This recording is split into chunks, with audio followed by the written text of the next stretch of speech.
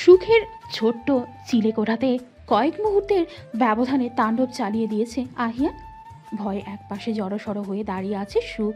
তার বলার মতো কোনো কথা নেই, শুধু চুপচাপ দেখে যাওয়া ছাড়া। কারণ এই তাণ্ডব সে নিজেই ডেকে এনেছে।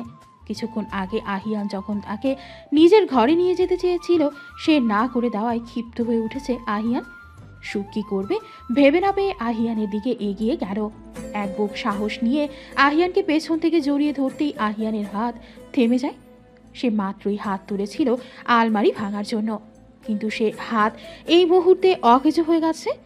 শুধু হাত না, এই সম্পূর্ণ শরীরে যেন নিজের ভার ছেড়ে দিয়েছে। অদ্ভুত এক অবশতা তাকে গ্রাস করে নিয়েছে। আহিয়ান এর রাগ মুহূর্তেই নেমে গেল। বুক ভরে নিঃশ্বাস নিয়ে নিজের বুকের বাম পাশে রাখা সুখের হাতটাকে নিজের মুঠোতে নিয়ে ঠোঁট ছোঁয়ালো তাতে। সাথে সাথে কেঁপে উঠল সুখ। এই পুরুষের প্রতিটা ছোঁয়া তার ভেতরটাকে কাঁপিয়ে তুলে অদ্ভুতভাবে। কি জাদু জানে এই ছেলে। আমি স্বার্থপর আহিয়ান, আমি মানি, কিন্তু এতটা স্বার্থপর হতে পারিনি যে একজন মায়ের থেকে তার ছেলেকে কেড়ে নিব। এমনিতে বহু দিন আমার কারণে আপনার মা আর আপনি দূরে ছিলেন। আর না, আমি 2 দিনের মেহমান মাত্র। একবার শরীফ মির্জার শাস্তি নিজের চোখে দেখিনি, তারপর বেরিয়ে যাব এই বাড়ি থেকে, আপনার জীবন থেকে। শুধু শরীফ মির্জার ধ্বংস দেখতে আমি এখানে পড়ে আছি। নিজের আত্মসম্মান বিলীন করেছি শুধুমাত্র সেই কাঙ্ক্ষিত দিনটার জন্য। আর আমি জানি তা খুব শীঘ্রই আসবে, শুধু আরেকটু ধৈর্য। কিন্তু ততদিন আমার অনুভূতিকে সামলে রাখবে আহিয়ান। আপনার সামনে আসলেই আসলেই তো এরা বেপরোয়া হয়ে ওঠে। এ কেমন অবাধ্যতা আমি জানি না, আর জানতেও চাই না, কারণ এই অনুভূতি ধ্বংস ছাড়া কিছুই আনবে না। সুখ আহিয়ানকে ছেড়ে দূরে সরতে চাইলেই আহিয়ান তাকে এক টানে নিজের বুকে নিয়ে আসে। সুখের মুখের ওপরে আসা এক গুচ্ছ চুল খুব সাবধানে কানের পেছনে গুজে দেয়। শিহরিত হয় সুখ, তবুও কিছু বলে না। চোখ জোড়া বন্ধ করে আনমনি উপভোগ করতে থাকে আহিয়ানের ছোঁয়া। আহিয়ান ঠোঁট কামড়ে হাসে। সুখের কানের কাছে এগিয়ে এসে ফিসফিস করে বলে ওঠে, আমাকে শান্ত করার উপায় বের করে খুব বড় ভুল করে ফেলেছে সুইট ব্লাড। এই ভুলের মাসুল গুনতে হবে তোমাকে। আমার ছোঁয়ার বদভ্যাসে তোমাকে চড়াতে চায় না, কিন্তু তুমি আমাকে বাধ্য করো। তুমি নিজে জানো না তোমার নিঃশ্বাস অবধি আমাকে তোমার দিকে টানে। সেখানে তোমার ছোঁয়া আমার কি অবস্থা করে তুমি কল্পনা করতে পারবে না জান। তাই বলছি, নিজেকে আটকাও, নয়তো আমি বাঁধন হারা হলে তুমি আমাকে সামলাতে পারবা না। সুখ যেন বরফে পরিণত হয়ে গেল। নড়াচড়া করার সাহস হারিয়েছে সে ইতিমধ্যে। ধীরে ধীরে আহিয়ানের স্পর্শ মিলিয়ে গেল, কিন্তু তখনও সুখের নাকে ভাসছে আহিয়ানের ঘ্রাণ। সুখ ধীরে ধীরে চোখ মেলে তাকায়, কিন্তু অদ্ভুত, আহিয়ান এখানে নেই। কই গেল আহিয়ান? কিন্তু আহিয়ানের ঘ্রাণ যে এখনো পাচ্ছে সে কিভাবে? সুখ ভ্রু কুচকে এবার নিজের জামা নাকের কাছে আনতেই টের পেল আহিয়ানের ঘ্রাণ। এত তীব্রভাবে আসার রহস্য। সুখ দীর্ঘশ্বাস ফেলে বিছানায় শরীর এড়িয়ে দিল। এই লোক তাকে পাগল করেই মনে হয় দম নিবে। আজকাল সুখ বুঝে উঠতে পারে না এই অবাধ্য লোককে। হ্যালো রেবার। আহিয়ানের কণ্ঠ পেতেই ধরফরিয়ে উঠে বসে রেহবার। লন্ডনে থাকতে যেখানে একবারও কল দেয়নি এই বান্দা, সেখানে বাংলাদেশে যাওয়ার 24 ঘন্টা না হতেই বন্ধুর কল পেয়ে কেমন রিয়াকশন দেওয়া উচিত রেহেবার বুঝতে পারল না। কারণ আহিয়ান তো আর সাধারণভাবে আলাপ করার মানুষ না যে তাকে জিজ্ঞেস করবে কেমন আছে, কি খবর। কথাগুলো ভেবেই ফোঁস করে নিঃশ্বাস ফেলে রেহেবার। আমতা আমতা করে বলে উঠল, দোস্ত, এত রাতে কোনো সমস্যা নাকি? সুখ ঠিক আছে? সুখের প্রসঙ্গ উঠতেই ভ্রু কুচকায় আহিয়ান। আমার বউ ঠিক আছে কিনা তোর জানা লাগবে কেন? আর সে যদি ঠিক না থাকে তোর কি মনে হয় আমি তোকে কল দিব? রেবার থতমত খেয়ে গেল। সে তো কথার কথা জিজ্ঞেস করেছিল, কিন্তু আহিয়ান যে এইভাবে রিয়াক্ট করবে তা জানার বিষয় না। না ভাই, আমার ভুল হয়েছে, আমাকে ক্ষমা করে দে। এবার কেন কল করেছিস তা জানিয়ে এই অধমকে ধন্য কর। কালকের মধ্যে বাংলাদেশে আসবি তোর টিমকে নিয়ে। সাথে এই ধারণা নিয়ে আসবি সম্পূর্ণ এক প্যালেস বানাতে তোর ঠিক কী কী প্রয়োজন হবে, কতজন মানুষ প্রয়োজন হবে, আর সেই প্যালেস বানানোর জন্য তোর কাছে সময় থাকবে মাত্র 20 দিন। আহিয়ান, তুই কি পাগল হয়েছিস? নর্মাল একটা বাড়ি বানাতেও তো মিনিমাম 4 মাসের বেশি লাগে। কাজের কথা বাদ দিলাম, কিন্তু বাড়ির সিমেন্ট শুকাতেও তো টাইম প্রয়োজন। এটা কেমন বাচ্চামো তোর? আর তোর না বাংলাদেশে আলিশান বাড়ি আছে, তাহলে আবার এই প্যালেস কেন? এত প্রশ্নের উত্তর আমি দিতে পারবো না। প্রয়োজনে 1000 জন কর্মচারী লাগবে, কিন্তু আমি 1 মাসে প্যারিসটাই। Got it? কথাটা বলেই আহিয়ান কল কেটে দেয়। ওইদিকে ফোনের অপর পাশে তবদা খেয়ে বসে আছে রেহেবার। এই ছেলেটাকে বোঝা তার পক্ষে সম্ভব না। 1 মাসে প্যালেস বানানো কারোর জন্যেই সহজ ব্যাপার না। এটা অসম্ভব, কিন্তু কথাটা এই পাগল ছেলে কি আদৌ বুঝবে? শ্রাবণীর কোলে মাথা পেতে শুয়ে আছে সুখ। উদাসীনতা তাকে গ্রাস করেছে বাজেভাবে। আহিয়ানের ওইভাবে চলে যাওয়াটা সে নিতে পারছে না, কিন্তু কেন? এই কেন এর মানেটাই খুঁজে পাচ্ছে না সে। তাহলে কি সে চাইতো আহিয়ান তার কাছে থেকে যাক? কিন্তু এটা যে সম্ভব না। এত ছোট ব্যাপারটা কি সুখ মেনে নিতে পারছে না। আজকে কিভাবে বাড়িতে ফিরিয়ে আনলি সুখ? মায়ের খুশি ধরছে না যেন। বিকেল থেকে রান্নাঘরে মা। ছেলের জন্য কত ধরনের পদ যে রান্না হয়েছে। তুই কিভাবে করলি এই জাদু এই কয় মাসে? আমি নিজেও জানি না আপু হঠাৎ করে কিভাবে ছোট স্যার বাংলাদেশে আসার জন্য রাজি হলেন। আমি তো তাকে বলিও নি, আমাদের মাঝে সেভাবে কথাই হতো না। এখনো স্যার ডাকবি ভাইয়াকে? ম্যাডাম স্যারের ছেলে তো স্যারই হয় আপু, তাই নয় কি? তুই আহিস স্ত্রী সুখ, এই বাড়ির বড় পুত্রবধূ। নিজের অধিকার কবে বুঝতে শিখবি সুখ? সুখ শ্রাবণীর কোল থেকে উঠে আকাশের দিকে তাকিয়ে মিন মিন করে বলে ওঠে, যেদিন তোমার ভাই সবার সামনে আমায় স্বীকৃতি দেবে, ঠিক সেই দিন আমি আমার অধিকার বুঝে নেব। যেদিন শরীরের টানে না মনের টানে সে আমার সামনে উপস্থিত হবে, সেদিন আমি আমার অধিকারটা বুঝে নেব, কিন্তু তার আগে নয়। আমি কারো খায়েশের বস্তু হতে চাই না আপু। শ্রাবণী অবাক হয়ে চেয়ে রইল সুখের গোলগাল মুখের দিকে।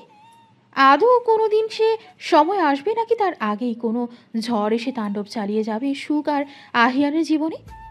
প্রশ্নটা ভাবিয়ে তুলল শ্রাবণীকে। দাবা সাজিয়ে এসে বসে আছেন শাহরিয়ার মির্জা।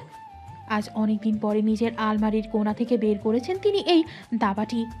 আগে প্রতিদিন সন্ধ্যায় তার আর আহিয়ানের মাঝে দাবা খেলার প্রতিযোগিতা হতো। ছোটবেলায় আহিয়ানকে হারালেও কিশোর আহিয়ানকে আর হারাতে পারত না সে। দাবার প্রতিটা কৌশল যেন আহিয়ানের কাছে ভাত মাছের মতো হয়ে গিয়েছিল। আজ আবারও সে খেলার আয়োজন করেছেন তিনি। নাতির সাথে আবারও আমেজ তৈরি করবেন পুরাতন দিনের মতো। সে সময়ের কিশোর এখন যে তাগড়া পুরুষে পরিণত হয়েছে। ঠিক তখনই দরজায় করাঘাতের শব্দ আসে শাহরিয়ার মির্জার কানে। সাথে সাথে সেদিকে তাকাতেই গর্বে বুক ফুলে ওঠে শাহরিয়ার মির্জার। কি দারুণ তেজ ওই মুখে, ঠিক যেমনটা উনি কল্পনা করতেন। তার নাতি তাকে নিরাশ করেনি। দরজার কাছে বুক ফুলিয়ে দাঁড়িয়ে থাকা সুঠাম ব্যক্তিটা তার নাতি, তার সম্মান, তার মান। আহিয়ান আবরার মির্জা। দাদা নাতি বসে আছে সামনাসামনি। তাদের মধ্যে টান টান উত্তেজনা। খেলাটা রোমাঞ্চকর পর্যায়ে চলে গেছে। খেলা এখন শেষের দিকে। দুইজনই জিতার রাস্তায়। রানী কার হবে শেষ পর্যায়ে? তোমার ছেলে কই দাদা ভাই? কই লুকিয়ে রেখেছো তাকে? শাহরিয়ার মির্জা হাসলেন। তিনি ধারণা করেছিলেন তার নাতি এখানে কেন এসেছে। এই কারণেই তাহলে এত বছর পরে তার নাতি এই বাড়ি মুখ হয়েছে। এত বছর পরে বইয়ের জন্য এত টান কেন? টান আমার বরাবর ছিল দাদা যান, তা তুমি ভালো করেই জানো। প্রতি মাসে ভালো একটা অ্যামাউন্ট আমি পাঠিয়ে দিতাম সুখের অ্যাকাউন্টে। স্বামীর সব দায়িত্ব দূর থেকে আমি পালন করে গেছি। কিন্তু তুমি কি করেছ? নিজের নাতির আমানত রক্ষা করতে পারোনি। আমি তোমার ভরসা তাকে রেখে গিয়েছিলাম, আর তোমরা আমার বউ আহিয়ান আবরার মির্জার বউ কিনে এত বছরও ওই চিলে করতে ছিল কেন দাদা ভাই? আমি নয় তাকে ফেলে গেলাম, কিন্তু তুমি কি করে পারলে এই অন্যায় করতে? তোমার এত বড় বাড়িতে 21টার উপরে ঘর আছে, তবুও কেন আমার বউ চিলেকোঠাতে থাকবে? কেন সে পাবে না বড় বউয়ের অধিকার? কেন? উত্তর দাও দাদা ভাই। তাকে সবার বিরুদ্ধে গিয়ে আমার বউকে এনেছিলে তুমি, তাহলে তোমার কি কর্তব্য ছিল না তাকে দেখে রাখা? নাতির কথায় তিনি চুপ করে যান। আসলেই তার কাছে উত্তর নেই। থাকলেও তা যুক্তিগত মনে হচ্ছে না ওনার কাছে। সবাই তোমার চলে যাওয়ার কারণ হিসেবে তাকে দায়ী করতো সব সময়। আমি নিজেও তাই ভাবতাম, কারণ তুমি না বলে বিয়ে করে চলে গিয়েছিলে তাকে সে বাড়িতে রেখে। তোমার মা তো গিয়েছিলেন না তাকে বাড়িতে ঢুকতে দিতে। যদি তাকে নিয়ে জোরাজুরি করতাম তাহলে তোমার মা এই বাড়ি থেকে বেরিয়ে যেত। আর তুমি খুব ভালোভাবেই জানো আহি, এই বাড়িটা জোড়া লাগিয়ে রেখেছে তোমার মা। আমি চাইতাম না আমার স্ত্রী কষ্ট পাক। তার সাজানো সংসার তিনি খুব যত্ন সহকারে রেণুকার হাতে দিয়ে গিয়েছিল, আর রেণুকাও সে দায়িত্ব খুব ভালোভাবে সম্পূর্ণ করেছিল। এই সব কিছু তোমার কি আগে ভাবা উচিত ছিল না? আর রইল আমার বিয়ের আমার ব্যাপারে এই বাড়ি কেন? আর রইল আমার বিয়ের আমার ব্যাপারে এই বাড়ি কেন? এই শহর জানে মির্জা বাড়ির বড় ছেলে, আর যাই হোক কারো কথায় কোনো কাজ করে না। আমি চাইলে বিয়ের আগে এই দেশ ছাড়তে পারতাম, কারো বাপের সাহস হতো না আমাকে আটকানোর, ইনক্লুডেড ইউ দাদু। তুমিও পারতে না আমাকে আটকাতে। সেখানে আমি বিয়ে করেছি, তাহলে কিভাবে ভেবে নিলে আমি ওই মেয়েটার জন্য বাড়ি ছাড়বো? শাহরিয়ার মির্জা চুপ করে গেলেন। তার কাছে কোনো যুক্তি নেই। ওনার ভাবনার মাঝেই আহিয়ান বলে ওঠে, চেকমেট দাদা ভাই, তুমি হেরে গেছো। তুমি হেরে গেছো, আবার আমি জিতে গেছে। শাহরিয়ার হাসলেন। উনি জানেন আহিয়ানের থেকে জিতা অসম্ভব, আর হলো তাই। তিনি গর্ভে বুক ফুলিয়ে বলে উঠলেন, কি চাও দাদু? তোমার ছেলের গরম রক্ত চাই দাদা ভাই। যে বুকে সাহস আছে, যে বুকে সাহস আছে আমার হ্যাপিনেসের শরীরের দিকে কুদৃষ্টি দেয়া, সে বুক চিরে তার রক্ত পান করতে চাই। তোমার বাড়ির প্রতিটা মানুষ যেন আমার হ্যাপিনেসের সাথে অন্যায় করেছে, তাদের শরীরের প্রতিটা অঙ্গ নিয়ে খেলতে চাই। শাহরিয়ার মির্জার বুক কেঁপে উঠল। আহিয়ানের মুখে ফুটে উঠেছে ভয়ঙ্কর হিংস্রতা, যা তাকে ভাবিয়ে তুলছে। কি বলছো দাদা ভাই? তারা তোমার পরিবার। সম্পূর্ণ দাবার বোর্ড টেবিল সহ উল্টে দিল আহিয়ান। রাগে তার সম্পূর্ণ শরীর কাঁপছে। এক প্রকার চিৎকার করেই বলে উঠল, আর যার সাথে অন্যায় হয়েছে সে আমার অংশ, আমার বুকের বাম পাঁজরের হাড়। সেটা ভুলে গেলে কিভাবে দাদা ভাই? দোষ কি তোমারও নেই দাদু? সব দোষ এদের ওপর দিচ্ছ, আর তুমি নির্দোষ। তুমি ওই মেয়েকে কেন ছেড়ে গেলে? বিশ্বাস করো দাদা ভাই, আমার কাছে যদি উপায় থাকতো তখন এই বলে লুকিয়ে রাখতাম তাকে। তাকে কোনো কষ্টে ছোঁয়ার আগে সে কষ্টের কারণ আমি মুছে দিতাম পৃথিবী থেকে। কিন্তু আমি অসহায় ছিলাম, কারণ তখন তার জন্য সবচেয়ে বেশি ক্ষতিকর ছিলাম আমি। শুধুমাত্র তাকে পাওয়ার আশা এখনো বেঁচে আছে দাদা ভাই, নাহলে কবেই দেহ ত্যাগ করে দিতাম। আমি নিঃশ্বাস নিচ্ছি ওই মেয়েটার জন্য। সে খবর কজন রাখো দাদা ভাই? আমার মনের খবর তোমরা রাখো না? কেউ রাখে না। ওই নিষ্ঠুর রমণী রাখে না। আহিয়ান হাঁটু মুড়ে বসে পড়ে, হাত দিয়ে পড়ে টেবিলের ভাঙা কাছে। শাহরিয়ার মির্জা অবাক হয়ে তাকিয়ে রইল আহিয়ানের দিকে। তার শক্তপোক্ত নাতি ভেঙে গুড়িয়ে যাচ্ছে তার সামনেই। তাহলে কি সবার ধারণা ভুল ছিল? সুখের জন্য পাগল ছিল আহিয়ান শুরু থেকেই। শুধু কেউ জানেনি, বোঝেনি। আহিয়ান নিজেকে সামনে উঠে দাঁড়ায়। তার হাতে দিয়ে রক্ত বের হচ্ছে। সে রক্ত স্বাভাবিক রঙের না, মানুষের রক্তে থেকেও কালছে, যা খেয়াল করে না শাহরিয়ার মির্জা। সে তো তার নাতির এই করুণ দশায় হতবিহ্বল হয়ে গেছে। তোমার পরিবার কই দাদা ভাই? সব কোথায় বলে গেছে? সবাইকে ডাকো। আমি সবাইকে চাই মির্জা বাড়িতে। আমি আমার বউয়ের অধিকার চাই। কথাটা বলেই বেরিয়ে গেল আহিয়ান। সোজা হাঁটা দিল ছাদের দিকে। পুরো ধরনী তখন বৃষ্টির পানিতে ম্লা স্নান করতে ব্যস্ত। সে তুমুল বর্ষণে ছাদের মাঝখানে বসে আছে এক রমণী, যার এলোকেশ ঘিরে রেখেছে তাকে। আহিয়ান এগিয়ে গেল সেদিকে। এই নারী তার শান্তি, তার প্রশান্তি, তার প্রথম যৌবনের অনুভূতি, তার অবুঝ মনের বেথি। খুব সাংঘাতিক এই রমণী। আহিয়ান এগিয়ে গেল সেদিকে। সুখের পাশে বসে পড়ল নিঃশব্দে। তার পাশে বসার শব্দ না হলেও তার ঘ্রাণ ঠিক পৌঁছে গেল সুখের মস্তিষ্কে। গভীর এক নিঃশ্বাস নিজের মধ্যে টেনে নিয়ে উঠে দাঁড়াতেই আটকে দিল আহিয়ান। নিচে বসা অবস্থাতেই সুখের হাত মুঠো করে ধরে রইল। সুখ তার হাত মোচড়ামুচড়ি করে, কিন্তু লোকটার মাঝে কোনো হেলদোল নেই ছেড়ে দেওয়ার। আহিয়ান হুট করেই সুখকে টেনে নিল। নিজেও ছাদের মেঝেতেই শুয়ে পড়ল। সুখ অবাক হয়ে উঠতে চাইলেও সম্ভব হলো না। আহিয়ানের শক্ত বাঁধনে আবদ্ধ হয়ে রইল। বৃষ্টির পানি ভিজিয়ে দিচ্ছে দুইজনকে, তবুও কোনো হেলদোল নেই আহিয়ানের। সুখ প্রথম ছাড়ানোর চেষ্টা করলেও পরে শান্ত হয়ে পড়ে থাকে আহিয়ানের বুকে। লম্বা একটা নিঃশ্বাসে আহিয়ানের ঘ্রাণ নিজের ভেতরে টেনে নেয়, যেন আহিয়ানের সম্পূর্ণ ঘ্রাণ নিজের মধ্যে নিয়ে নেওয়ার প্রচেষ্টা করছে সে। আর আহিয়ান সে তো ব্যস্ত নিজের অবাধ্য অনুভূতিগুলোকে সামনে নিতে। তার চোখের দৃশ্যপটে ভেসে ওঠে পুরাতন কিছু স্মৃতি, যা শুধু তার ব্যক্তিগত যেখানে প্রবেশ করার অনুমতি কারণেই, সুখেরও না, অতীত। সদ্য কলেজে পা দিয়েছে আহিয়ান। আহিয়ান ছোট থেকেই রাগী, বয়সের সাথে সাথে সে রাগ নিয়ন্ত্রণে আসলেও গাম্ভীর্য তার সঙ্গী হয়ে উঠেছিল। কারো সাথে মিশতে চাইতো না সে। তার উপরে নিজের কিছু অদ্ভুত পরিবর্তনগুলো তাকে একা থাকতে বাধ্য করত। সেদিন মির্জা বাড়িতে অনুষ্ঠান ছিল, খুব বড় জাঁকজমকভাবেই সে অনুষ্ঠানের আয়োজন করেছিলেন শাহরিয়ার মির্জা। অনুষ্ঠানটা ছিল তার কোম্পানির নতুন ব্রাঞ্চ বিদেশে অবধি নিয়ে যাওয়ার খুশিতে। নিচে এত বড় আয়োজন রেখেই বৃষ্টি রাতে সেদিন ছাদে একাকিত্বকে আলিঙ্গন করতে ব্যস্ত ছিল আহিয়ান। সে জানে কেউ তাকে খুঁজবে না, কারণ এইসব পার্টিতে কোনো কালেই আহিয়ান যায়নি, কেউ তাকে নিয়ে যেতে পারেনি। তাই ছাদের দরজা খোলা রেখেই দাঁড়িয়েছিল আহিয়ান, দুই হাত মেলে বৃষ্টিকে নিজের দিকে আহ্বান জানাচ্ছিল যেন। ঠিক তখনই বৃষ্টির রিমঝিম শব্দ চিরে একটি চিকন মেয়েলি কণ্ঠ ভেসে আসে তার কানে। আহিয়ান না চাইতেও পেছন ঘুরে তার, আর তাতেই যেন সর্বনাশ হয় সে যুবকের।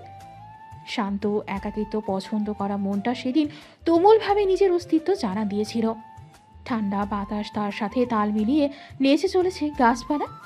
প্রচণ্ড বৃষ্টিতে রাস্তাঘাটে জমেছে পানি, সে পানি ভেঙেই অনেকে নিজের গন্তব্যের দিকে এগিয়ে যাচ্ছে। পাখিরা এলোমেলো ভাবে এদিক ওদিক আশ্রয় খুঁজে চলেছে। কেউ কেউ আবার নিজের আশ্রয় হারিয়ে ভারাক্রান্ত বুক নিয়ে নতুন বাড়ির খোঁজে নেমেছে। সুখ মেলে চোখ মেলে তাকায়। বৃষ্টির বেগ বেড়েছে আগের তুলনায়, তবুও তাকে ছাড়ার পরিকল্পনা নেই এই লোকের। দীর্ঘশ্বাস ফেলে আহিয়ানের বুক থেকে মাথা তোলে সুখ। আহিয়ান তখন চোখ বন্ধ করে বৃষ্টি উপভোগ করতে ব্যস্ত। সুখ তাকালো বৃষ্টি ভেজা মুখের দিকে। আপন মনে আহিয়ানের বুকে হাত দিয়ে তার দিকে তাকালো। আহিয়ানের হাত তখনও সুখের কোমরে আবদ্ধ। সেদিকে ধ্যান দেওয়ার সময় আছে নাকি আহিয়ানের? সে তো ব্যস্ত নিজের প্রিয়সীর ছোঁয়া উপভোগ করতে। সুখের দৃষ্টি গেল প্রথমে আহিয়ানের ভ্রুজোড়ার দিকে। ভ্রুজোড়া না হলেও অনেকটাই কাছাকাছি। ঘন পাপড়িতে পানি জমে আছে, ফর্সা স্নিগ্ধ ত্বকে পানিগুলো মুক্তোর মতো মনে হচ্ছে। সুখের নজর গেল এবার সরু নাকের নিচে থাকা হালকা ফোলা অধরের দিকে, যেগুলো এতক্ষণ বৃষ্টির পানিতে ভিজার কারণে সামান্য ফ্যাকাশে হয়ে উঠেছে, যা খারাপ লাগছে না মোটেও। সুখের নজর আটকালো এবার আহিয়ানের অ্যাডামস অ্যাপলে। এই লোকটা একটা জিনিস, তার দুর্বলতা, সে বেহায়া হয়ে ওঠে এই জিনিসটার প্রতি। কেমন একটা ঘোর কাজ করে তার।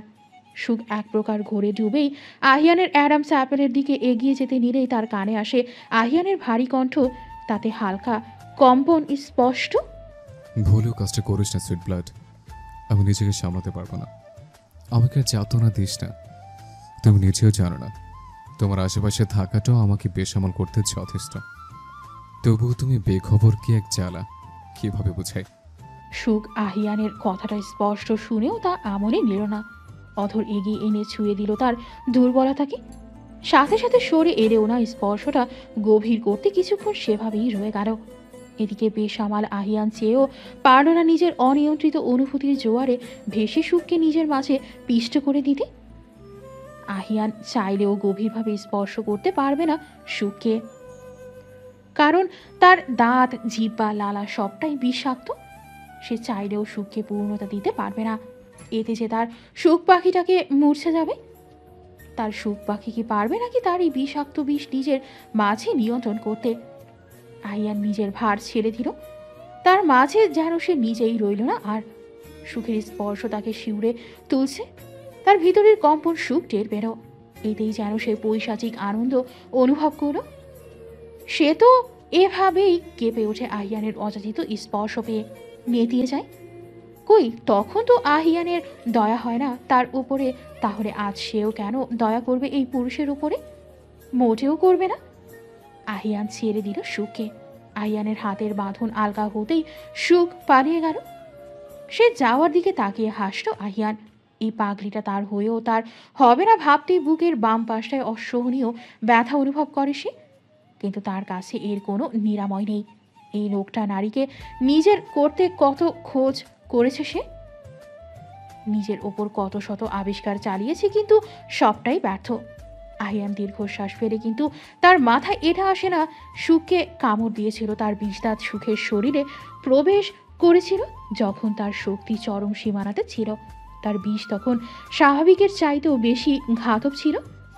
এয়ারপোর্টের বাহিরে অপেক্ষা করছে শ্রাবণী। আহিয়ান তাকে পাঠিয়েছে রেহেবার আর রক্সিনাকে রিসিভ করতে। আহিয়ান নিজেও যেতে চেয়েছিল, কিন্তু তা সম্ভব হলো না সাইট চেকিং করতে যাওয়ার জন্য। এখানে সে তার ফার্মাসিউটিক্যাল কোম্পানির এর পাশাপাশি একটা রেস্টুরেন্ট খুলতে চাইছে, যাতে কোনো সময় যদি ফার্মাসিউটিক্যাল কোম্পানি না চলে তাহলে যেন এই রেস্টুরেন্ট থেকে সুখের আয় করতে পারে। লন্ডনের রেস্টুরেন্টগুলো সুখের নামেই করে দিয়েছে আহিয়ান। সে যাওয়ার পরে সবটাই সুখের হয়ে যাবে, কারণ সুখকে নিয়ে কাউকে ভরসা করতে পারবে না আহিয়ান। আহিয়ান জানে না সে ফিরে আসবে কিনা, তার অগোচরে যেন সুখের কোনো বিপদ না আসে সে ব্যাপারটাও দেখে ফিরবে আহিয়ান। কাজ অনেক, কিন্তু সময় অল্প। এই কয়টা দিন সে সুখকে দিতে চেয়েছিল, কিন্তু আবার তার মনে ভয়ও জাগে যদি সুখের মনে তার জন্য জায়গা হয়ে যায়, তাহলে কিভাবে সুখ থাকবে, সে যে কষ্ট পাবে। কিন্তু পরক্ষণে তার মন বিদ্রোহ গড়ে ওঠে। সুখ শুধু তাকে ভালোবাসবে, তার অগোচরেও তার নামটাই থাকবে তার ঠোঁটে। অন্য কারো অস্তিত্ব সে সুখের আশেপাশে সহ্য করবে না। কয়টা মৃত্যুর পরেও তার স্ত্রী হয়েই থাকবে। শ্রাবণী একবার ঘড়ির দিকে তাকাচ্ছে তো একবার এয়ারপোর্টের ভেতরে কিছু কাঙ্ক্ষিত মানুষদের দেখতে পাচ্ছে না সে। কয়েক মিনিট পরেই দেখলো রেহবার আর রক্সিনা এগিয়ে আসছে, কিন্তু শ্রাবণীর ভ্রু কুঁচকে গেল যখন সে দেখলো শুধু রেহবার আর রক্সিনা না, তাদের সাথে আরও একটা পরিচিত মুখ তার দিকেই এগিয়ে আসছে। তাকে দেখতেই শ্রাবণীর মুখ অন্ধকারে ছেয়ে গেল, নিঃশ্বাস ভারী হয়ে এলো। সে যদি জানতো এদের সাথে অসভ্য বর্বর মানুষটা আসছে তাহলে কোনোদিনও আসতো না এয়ারপোর্টে। সে চায় না এই বেয়াদব স্বার্থপর লোকের সাথে সাক্ষাৎ করতে। শ্রাবণীর দিকে তাকিয়ে চোখ মারে মারিদ। তা দেখে আরও ভরকে যায় শ্রাবণী। মন চাইছে চিৎকার করে লোক জড়ো করে এই অসভ্য পুরুষকে গণধোলায় খাওয়াতে, কিন্তু আফসোস সে এই কাজ করতে পারবে না। হাজার হোক ভালোবাসার মানুষ বলে কথা, এই পুরুষ তার শয়নের স্বপ্নে বিরাজ করে, তাকে ভোলা কি সম্ভব? শ্রাবণী উদাস নিঃশ্বাস ফেলে আকাশের পানে তাকায়। মারিদ বারবার প্রমাণ করেছে ভালোবাসা বলতে কিছু হয় না তার কাছে। সে শুধু চিনে বন্ধুত্ব, যে বন্ধুর জন্য সে নিজের দেশ, নিজের পরিবার, নিজের জীবনটাও দিয়ে দিবে বিনা বাক্যতে। কিন্তু কারোর সামনে বলবে না নিজের বন্ধুত্বের কথা, বন্ধুর প্রতি থাকা ভালোবাসার কথা। আহিয়ান আর মারিদের বন্ধুত্ব শ্রাবণী বুঝতে পারে। বন্ধুত্বের অন্য এক রূপের সাথে পরিচয় করিয়েছে তাকে এরা। এরা কোনোদিনও কাঁধে কাঁধ মিলিয়ে পাশাপাশি দাঁড়াবে না, হাতে হাত দিয়ে হ্যান্ডশেক করবে না, একে অন্যের জন্য কোনো উপহার বা বিশেষ আয়োজন করবে না। বলতে গেলে মানুষ নর্মালি বেস্ট ফ্রেন্ড হিসেবে যেসব কাজ করে থাকে তার মধ্যে একটা কাজও আজ অবধি তাদের করতে দেখা যায়নি। একসাথে বসে চায়ের আড্ডা না বসলেও একসাথে ধোয়া তারা ঠিকই ওড়াবে ঠিক বিপরীত দিকে ঘুরে। বিপদের সময় সর্বদা এরে একে অপরের জন্য সবার আগে এগিয়ে আসবে, আবার ঠিকই শত্রুদের মতো একে অপরের সাথে ঝগড়া করবে, রাগারাগি হবে, অনেক সময় রক্তাক্ত অবস্থাতেও পৌঁছে যায়। কিন্তু তবুও মারিদ আর আহিয়ান একে অপরের জন্য এরা সব করতে পারে। মারিদ শ্রাবণীর দিকে এগিয়ে আসে, কিছু বলতে যাবে তার আগেই শ্রাবণী রক্সিনা আর রেহেবারের সাথে ভালো মন্দ কথা জিজ্ঞেস করে গাড়িতে উঠে বসে। মারিদ হালকা হাসে, সে জানে এর থেকে বাজে পরিস্থিতিতে তাকে পড়তে হবে। অবহেলার প্রতিটা স্তর তাকে বুঝিয়ে দেবে এই কঠোর রমণী, ঠিক যেভাবে এই 60টা বছর বুঝিয়েছে।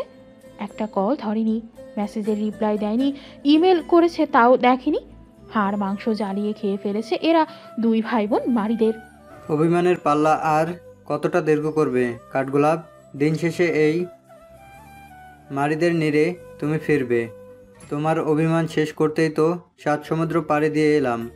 আর কই পালাবে তুমি? আর তুমি পালাতে চাইলেও কি আর পালাতে দিব? তোমার বাবার শর্ত পূরণ করে এসেছি আমি কাঠগোলাপ, তোমার যোগ্য পাত্র আমি। এবার তোমার বাবা কি বলে আমাকে রিজেক্ট করবে। স্মৃতি যতটা কষ্টময় ততটাই সুখময়, শুধু মানুষগুলো হয় ভিন্ন, পরিস্থিতি ভিন্ন। ভালোবাসা যেমন কষ্ট নিয়ে আসে, বন্ধুত্ব তেমন সুখ থাকে নিয়ে আসে। মারিদ আর আহিয়ানের বন্ধুত্ব ঠিক তেমন। এরা একে অপরের চরম শত্রু হিসেবে পরিচিত হলেও এরা দুজনেই শুধু জানে তারা একে অপরের ঠিক কতটা কাছে। আহিয়ান যখন 20 বছর আগে হঠাৎ দেশ ছাড়ার সিদ্ধান্ত নিয়েছিল, তখন সবার আগে ব্যাপারটা জেনেছিল মারিদ। কেন যাচ্ছে, কই যাচ্ছে, এর মধ্যে একটা প্রশ্নও সেদিন মারিদ করেনি। বরং বন্ধুর সাথে সেদিন নিজেও কারো পরোয়া না করে পাড়ি দিয়েছিল ভিন দেশে, যেখানের কোনো কিছুর সম্পর্কে অবগত ছিল না তারা। কিন্তু বুকে সাহস ছিল যে তার পাশে তার বন্ধু আছে। সবাই তাকে ছেড়ে গেলেও বন্ধু কোথাও যাবে না। আহিয়ানের আসল রূপ দেখার সৌভাগ্য প্রথম হয়েছিল মারিদের। কথাগুলো ভাবতে ভাবতেই মারিদ তাকালো বিল্ডিংয়ের নকশা দেখতে ব্যস্ত থাকা আহিয়ানের দিকে। আহিয়ান এক মনে তার সুখ পাখির প্যালেসের ডিজাইন ঠিক করতে ব্যস্ত। রেহেবার অসহায় চোখে তাকিয়ে তাদের কাহিনী দেখছে, আর রুকসিনা সে তো শ্রাবণীর সাথে সে কোনো সকালেই চলে গেছে শপিং মলে। অবশ্য রুকসিনা ধরে বেঁধে সুখ কেউ নিয়ে গেছে, আর সুখ গেছে সেখানে আর আদরের দেবর না গেলে হয়। মারিদ সিগারেটে শেষ টান দিয়ে সেটা জমিনে ফেলে পায়ে পিষে দিল। আহিয়ান এবার মারিদের দিকে তাকালো ভ্রুকুচকে। কি বলতে চাইছিস বলে ফেল। এমন প্রেমিকা টাইপ লুক দিয়ে নিজেকে গে প্রমাণ করা লাগবে না। মারিদ ভ্রুকুচকে তাকালো। এই ছেলের কিছু কিছু কথায় তার শরীর জ্বলে ওঠে রাগে। তোর জন্য হতে যাব কাজ নাই আমার আর, তাই না? তোর কাজ আছে নাকি? মারিদ চোখ ছোট ছোট করে তাকায়। তার কাজ নাই কথার মানেটা কি? সে বিশাল একটা রিসার্চ ল্যাব চালায়। সে কত শত ঔষধ ড্রাগসের নির্মাণ করেছে। এত অল্প বয়সী বিখ্যাত বিজ্ঞানীদের মধ্যে তার নাম এসেছে, আর আহিয়ান বলে তার কাজ নাই। এত বড় অপমান কি হজম করা সম্ভব? সুখ, মারিদের নাম নিতে দেরি আহিয়ানের রাগে দৃষ্টি নিক্ষেপ করতে দেরি করে না। এই এই, তোরা মানা করেছি না আমার বউয়ের থেকে দূরে থাকবি? শালা, তাও তোর মুখে আমার বউয়ের নাম কেন আসে? ভাবিমা ডাকতে পারিস না? মারিদ হতবিহ্বল হয়ে গেল। ভাবিমা একটা বাচ্চা মেয়েকে তার মা ডাকা লাগবে? কি আজব কথাবার্তা এইসব আহিয়ানের। তোর মাথা খারাপ? ওই আমার কোন জন্মের মা লাগে? আমার একটাই মা, আর একটাই যথেষ্ট। ওই সব ছাতার মাথা আমি ডাকতে পারবো না। আর আমার সুখ ডাকাই কি সমস্যা তোর? এত জলে কেন? দাঁড়া, শ্রাবণের জন্য ছেলে ঠিক করব, তারপর তাকে বিয়ে করে পাঠিয়ে দেব, তখন বুঝবে জলে কেন। আর তোর মনে হয় তোর বোন আমাকে রেখে অন্য কাউকে বিয়ে করবে? ট্রাই করে দেখতে পারিস। আহিয়ান ভ্রুকুচকে প্রশ্ন করে। চ্যালেঞ্জ করছিস নাকি? রেহেবার দ্রুত ওদের মাঝে গিয়ে দাঁড়ায়। এদের ঝগড়া যে ধীরে ধীরে বাড়বে, বই কমবে না, তা ঢের জানা। এই তোরা কাজে ফোকাস কর না, এইসব ঝামেলা করতে এসছিস। আর তার থেকে বড় কথা, তুই পাগল হয়েছিস মাইক। আর তার থেকেও বড় কথা, তুই পাগল হয়েছিস মারিদ। আরিয়ানকে চ্যালেঞ্জ করতে যাচ্ছিলিস, পরে যদি সত্যি সত্যি শ্রাবণীকে অন্য কারোর সাথে বিয়ে দিয়ে দেয়, কি করবি? রেহেবারের কথায় হেসে ওঠে মারিদ। সেদিকে খেয়াল নেই আহিয়ানের। সে ব্যস্ত নিজের কাজে। তোর কি মনে হয় ওই ছেলে আদৌ তার বোনের বিয়ে অন্য কারোর সাথে দিবে? শ্রাবণী কি কষ্ট পাবে?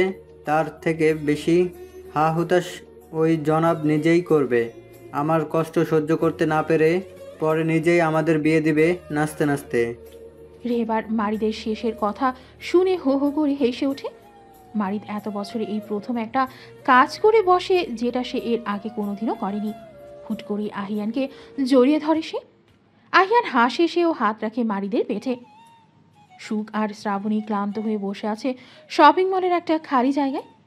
তাদের দ্বারা আর সম্ভব হচ্ছে না হাঁটা, কিন্তু রক্সিনা আর ইউভানের মধ্যে ক্লান্তির কোনো ছাপ নেই। তারা তুমুল উৎসাহে বার্গেনিং করতে ব্যস্ত। এদিকে দোকানিরা এমন বিদেশিদের মুখে অর্ধ বাংলা ভাষায় মুগ্ধ হবে নাকি বিরক্ত হবে বুঝতে পারছে না তারা। ইউভান আর রুকসিনা ঢুকেছে এবার একটা জুয়েলার্সের দোকানে। দোকানে ঢুকেই দুইজনের চোখ আটকে যায় একটা ব্রেসলেটের দিকে। সুখ আর শ্রাবণী সবেমাত্র দোকানে পা রেখেছে, সাথে সাথে তার কানে গেল তুমুল বাকবিতণ্ডের ঝড়। এটা আগে আমি দেখেছি, সাদা মোলা। আমি এটা নিব। তুমি কি মেয়ে? তুমি কি মেয়ে নাকি? মেয়েদের ব্রেসলেট পরে কি করবা তুমি? এটা আমাকে দিয়ে দাও। মোটেও না, এটা কি সুন্দর তোমার মতো। শাকচুন্নির উপরে এটা মানাবে না, এটা আমার ভাবিমার হাতে মানাবে। কি সুন্দর চাঁদ দেখেছো? এটা আমার ভাবিমার জন্য, তুমি অন্য কিছু দেখো। যাও যাও। না, আমার এটা লাগবে।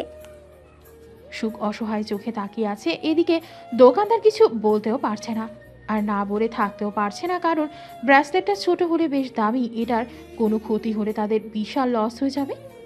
এই পাগলের চক্করে নিজেদের ক্ষতি তো করাতে পারবে না তারা। একজন স্টাফ এবার ম্যানেজারকে ডেকে নিয়ে এলো। শ্রাবণী বুঝলো ব্যাপারটা হিতে বিপরীত হবে, তাই চোখ দিয়ে সুখকে ইশারা করলো ইউভানকে থামাতে। সুখ বুঝে এগিয়ে গেল। শ্রাবণী ও রক্সিনাকে বোঝানোর কাজে নেমে পড়ল। ইভন আপনি এমন কেন করছেন? ওটা আপুর পছন্দ হয়েছে, আপু ওটা রাখুক।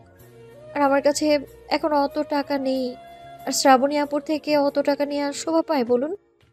ইউভানের মনটা খারাপ হয়ে গেল, যা মোটেও ভালো লাগলো না সুখে। কিন্তু তার কিছু করার নেই, এমনিতেই অনেক টাকা খরচ করে ফেলেছে শ্রাবণী ইউভানের চক্করে। ইউভান যে দোকানেই যাচ্ছে সুখের জন্য কিছু না কিছু কিনে নিচ্ছে। সুখ জানে এই কয়টা টাকায় মির্জাবাড়ির রাজকন্যার কোনো যায় আসবে না, কিন্তু ব্যাপারটা দৃষ্টিকটু তার কাছে। আপনি মন খারাপ করবেন না ইউভান, আমরা আবার আসবো এই দোকানে যখন আপনার ভাবি মা ওটা কিনে নিতে পারবে। কেমন? ভাবিমার কথা শুনবেন না আপনি? ইউভান বাচ্চাদের মতো মাথা নিচু করে দোকান থেকে বেরিয়ে গেল। সুখ দীর্ঘশ্বাস ফেলল। ততক্ষণে সেখানে ম্যানেজার এসেছে। শ্রাবণী ম্যানেজারের দিকে এগিয়ে গেল, তাই সুখ আর সেদিকে গেল না। এদিকে রক্সিনারও ভালো লাগলো না ইউভানের উদাস মুখটা। নিজের ওপরই এবার তার রাগ হলো। কি দরকার ছিল বাচ্চা ছেলেটার সাথে ঝগড়া করার? সে তো অন্য কিছু নিতে পারত, কিন্তু বাচ্চাটার সাথে জেদ করার কি প্রয়োজন ছিল তার? ইউভান উদাস হয়ে রেলিং ধরে দাঁড়িয়ে আছে। এর আগে এমন কখনো তার মনে হয়নি। আজ অবধি যখন যা চেয়েছে তুড়ি বাজাতেই পেয়ে গেছে। তার আদেশ করতে দেরি, কিন্তু সেই জিনিসটা পেতে দেরি হয় না। এর চেয়ে দামি দামি রত্ন পড়ে আছে তার ঘরে। তাদের গ্রহে সব রাজ্যের মধ্যে সবচেয়ে ধনী রাজ্য ইউভানের রাজ্য। সে রাজ্যতে মণিমুক্তার বিশাল পাহাড় রয়েছে, অবশ্য সেখানে পাহারা হিসেবে বিশাল ড্রাগনের বাস। কিন্তু ওই যে ইউভানের আদুরের স্বভাব ভয়ঙ্কর ড্রাগন অবধি সে কিউটনেসের সামনে অসহায় হয়ে নিজেই কত শত দামি হীরা ইউভানের মুকুটের জন্য দিয়ে দেয়। তার ইয়ত্তা নেই। কিন্তু ইউভান তো আর জানে না এখানে সে শুধুমাত্র স্বাভাবিক মানুষ। সে চাইলেও বিনা টাকায় সে ব্রেসলেটটা তার ভাবিমার জন্য নিতে পারবে না। আর ব্যাপারটাই তার রাগ হচ্ছে। এই প্রথম রাগের অনুভূতি সম্পর্কে অবগত হলো ইউভান। হঠাৎ নিজের হাতের পাশে ছোট হাত দেখে ইউভান সেদিকে তাকায়। সুখের হাস্যোজ্জ্বল মুখ দিয়ে মুহূর্তেই ঠোঁট উল্টে ফেলে ইউভান। সুখ তা দেখে আলতো হাসে। পা সামান্য উঁচু করে হাত রাখে ইউভানের হালকা কুকরানো চুলে। এত মন খারাপ করতে নেই ইউভান, সবসময় আমাদের পেতে হবে তার কোনো মানে আছে বলুন? কিছু সময় পছন্দের জিনিসগুলো হাসি মুখে ত্যাগ করতে হয়। এতে আমাদের হাসিটা কিছু সময়ের জন্য হারিয়ে গেলেও অন্য কারো প্রাপ্তিতে সেই হাসি আবার চওড়া হয় আরো বেশি। আর কে বলেছে শুধু এই ব্রেসলেটটাই আমার হাতে মানাবে? শুধু দামি জিনিস আর চকচক করা জিনিস সুন্দর হয় না, সাদামাটা জিনিসের মাঝেও অপূর্ব সৌন্দর্য লুকিয়ে থাকে, দেখবেন। ইউভান মুগ্ধ চোখে তাকিয়ে মাথা নাড়ায়। সুখের কথাগুলো তার মন ছুঁয়ে গেছে। তার ভাবিমা অতুলনীয়। সুখ ইউভানকে নিয়ে আসে একটা চুরির দোকানে। হরেক রকমের চুরির বাহার থেকে সুখ এক মুঠো নীল কাচের চুড়ি নিয়ে পরে ফেলে। ইউভানের সামনে চুরি ভর্তি হাত তুলে বলে, কেমন লাগছে ইউভান? ওই ব্রেসলেটের চাইতে কি এখন বেশি সুন্দর লাগছে না? ইউভান হাসি মুখে বাচ্চাদের মতো মাথা নাড়ে। সুখ হাসে। ইউভানের সব কাজকর্মই বাচ্চাদের মতো। ইউভান এখনো কাদার মতো। তাকে যে রূপ দেওয়া হবে ইউভান সে রূপেই গড়ে উঠবে। সুখ আরেক মুঠো চুরি পরতে নিলে ইউভান এবার জেদ ধরে। ভাবিমা আমি পড়াই, আমি পড়াবো, প্লিজ প্লিজ, একটুও ব্যথা দিব না, সত্যি। সুখ হাসে, চুরি এগিয়ে দেয় ইউভানের হাতে। ইউভান সযত্নে সেগুলো পরিয়ে দেয় সুখের হাতে। সুখ তাকায় ইউভানের দিকে। ইউভানের চোখ দুইটা চকচক করছে খুশিতে। এই খুশিটা সুখকে কতটা প্রশান্তি দিচ্ছে তা ভাষায় প্রকাশ করা কঠিন। সুখের হাত আপন মনেই চলে যায় ইউভানের মাথায়, আদুরে হাত বলিয়ে দেয়। কি মনে করে নিজের চোখ থেকে কাজল নিয়ে তা দিয়ে ফোঁটা লাগিয়ে দেয় ইউভানের কানের পিঠে। সুখের এই কাজে বিস্তর হাসে ইউভান। জানো ভাবিমা, আমার মামনিও এমন করে। আপনি যে আমাদের চোখের কাজলের মতোই, নজর লাগলে যে বিপদ, তাই নজর কাটা দেয়া লাগে। আপনার আম্মুর অনুভূতি আমি টের পাচ্ছি। আপনি আস্ত এক মায়া ইউভান, কি সুন্দর নিজের মায়ায় বাঁচছেন। ইউভান খিলখিল করে হেসে ওঠে। সুখ আলতো হেসে দোকানদারকে টাকা দিয়ে বেরিয়ে আসে। দুজন আইসক্রিম কিনে খেতে খেতে বেরিয়ে আসে শপিং মল থেকে, যেখানে আগে থেকে দাঁড়িয়ে অপেক্ষা করছিল শ্রাবণী আর রক্সিনা। তাদের চলে যেতে আড়াল থেকে বেরিয়ে আসে অদ্ভুত সুন্দরী এক মহিলা। তার চোখে পানি, পানিটা সুখের। নিজের ছেলের চিন্তা তাকে এত দূরে টেনে নিয়ে এসেছে। ওনার বাচ্চা ছেলেটা পৃথিবীতে কিভাবে সময় পার করছে দেখতেই পৃথিবীতে এসেছিলেন কুইন ইলেশিয়া। নিজের বড় ছেলের আগমনের আগেই তার মৃত্যুর পরে এই ছেলেটাই তার জীবন, যাকে এক মুহূর্তের জন্যও নিজের থেকে দূরে সরাতে দেননি তিনি। তার ছেলেও যে মা ছাড়া থাকতে পারত না, কিন্তু সেই ছেলে এতদিন কিভাবে পৃথিবীতে আছে এই ব্যাপারটা তাকে ভাবিয়ে তুলেছিল। কিন্তু তিনি বুঝে গেছেন কেন তার ছেলে এতদিনেও তার রাজ্যতে ফিরে যায়নি। হঠাৎ নিজের কাঁধে কারো স্পর্শ পেয়ে ইলেশিয়া সেদিকে তাকায়। নিজের স্বামীকে দেখে প্রশান্তি মাখা হাসি উপহার দিয়ে বলে ওঠে,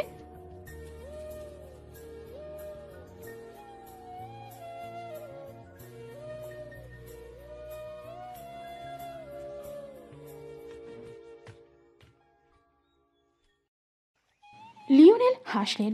নিজের স্ত্রীকে জড়িয়ে নিয়ে আড়াল হয়ে গেলেন পৃথিবী থেকে, পাড়ি দিলেন তাদের রাজ্যতে। ওনার ছেলে এখানে সুরক্ষিত আছে, তার কোনো চিন্তা নেই। আর যাদের সাথে আছে তারাও যে তার আপন। আহিয়ান বাড়িতে ফিরে সবার আগে যায় সুখের ঘরের দিকে। সুখ তখন কাপড় ভাঁজ করছিল। হঠাৎ নিজের ঘরে আহিয়ানের প্রবেশের আভাস পেতেই কাজ থামিয়ে সেদিকে তাকালো। আর এতেই যেন নিজের পায়ে কুড়াল নিজ হাতেই মেরে দিল। শুকনো ঢোক গিরে চোখ বন্ধ করে নিল সুখ, কারণ আহিয়ান সম্পূর্ণ বৃষ্টিতে ভিজে আছে। বৃষ্টির প্রতিটা পানি তার শরীরে মুক্তোর মতো জলজল করছে। লোকটাকে কতটা আকর্ষণীয় লাগছে তার ভাষায় প্রকাশ করা মুশকিল, কিন্তু সুখ নিজেকে নিয়ন্ত্রণ করতেও হিমশিম খাচ্ছে। তার চোখ বারবার চলে যাচ্ছে সাদা শার্ট ভিজে লেপটে যাওয়া আহিয়ানের পেটানো বডির আকর্ষণীয় বডির দিকে। সুখ উল্টো দিকে ঘুরে আবারও নিজের কাজে মন দিল, কিন্তু তা সহ্য হলো না আহিয়ানের। নিজের শীতল বুকে জড়িয়ে ধরল সুখের উত্তপ্ত শরীর। সাথে সাথে কেঁপে উঠল সুখ। নিজের ঘাড়ে শীতল ঠোঁটের স্পর্শ পেতেই তার শরীর কাঁটা দিয়ে উঠল। সাথে সাথে সুখ খামচে ধরে আহিয়ানের হাত। আহিয়ান সুখের কানের কাছে এসে নিজের হাসকি টোনে বলে ওঠে, কি ব্যাপার হ্যাপিনেস? আজকাল নিজে থেকে প্রস্তুত থাকো আমার কাছে ধরা দেওয়ার জন্য। উদ্দেশ্য তো ভালো ঠেকছে না জান। কি মতলব পারছো? আমাকে বেসামাল করার এই কোন পরিকল্পনা তোমার? মরিচিকার পেছনে ছোটা বোকা আমি, ছোট সাহেব।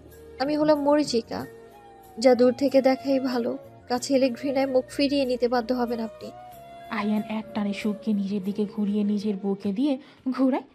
এক হাতে নিজের সুখের এলোমেলো চুলগুলো কানে গুঁজে দিয়ে বলে ওঠে, আর কতটা কাছে আসলে ঘৃণা হবে হ্যাপিনেস? ঠিক ততটা কাছে আসলে, ঠিক কতটা কাছে আসলে নিজের অর্ধ অংশকে ঘৃণা হবে সুইট ব্লাড? ঠিক কতটা কাছে আসলে নিজের 9 বছরের ভালোবাসার প্রতি ঘৃণা আসবে জান? 9 বছর। কথাটা কানে আসতেই বড় বড় চোখ করে তাকায় সুখ। তা দেখে হাসে আহিয়ান। সুখকে নিজের বুকে চেপে ধরে বিড় করে বলে ওঠে, তুমি আমাকে চেনো না হ্যাপিনেস। তোমার জন্য আমি ধাঁধা, যে ধাঁধায় নিজের সাথে হারিয়ে যাচ্ছ তুমি খুব যত্নে, আর তা আমি খুব বেশি এনজয় করছি। তাকে তুমি টের পাচ্ছ সুইট ব্লাড? তোমার ভালোবাসার বিষাক্ত মধুতে আমি শেষ হয়েছি বহু আগে। আমার আত্মাটাও আজকাল তোমার নামে নিজেকে দলিল করার পায়তারা করছে। মনটা তো অনেক আগেই প্রতারক হয়ে গেছে, এবার আত্মাটাকে ছিনে নিয়ে দম নেবে যান। সুখ আবেশে চোখ বন্ধ করে ফেলে। আহিয়ানের স্পর্শগুলোর মাঝে নিজেকে হারাতে শুরু করে। আচমকাই সুখকে ছেড়ে চলে যায় আহিয়ান। সুখ হঠাৎ এই কাজে অবাক হয়ে যায়, সাথে কষ্টও পায়।